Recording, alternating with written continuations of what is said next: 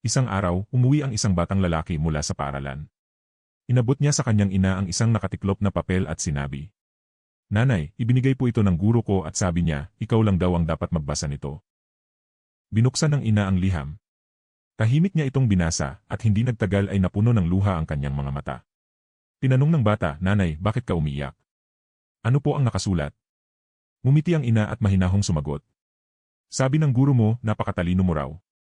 Napakaliit ng paaralang ito para sa iyo at wala silang gurong sapat ang talino para maturuan ka. Kaya simula ngayon, ako na mismo ang magtuturo sa iyo." Simula noon, masigasig na nag-aral ang bata. Ang kanyang ina ang naging guro niya. Lumipas ang mga taon. Pumanaw ang kanyang ina. 20 taon ang nakalipas, ang dating batang iyon ay isa ng dakilang tao. Isang araw, habang binubuklat niya ang mga lumang gamit ng pamilya, nakita niya sa sulok ng drawer ang isang nakatiklop na papel, ang parehong liham. Binuksan niya ito at ito ang totoong nakasulat. "Ang iyong anak ay may diferensya sa pag-isip.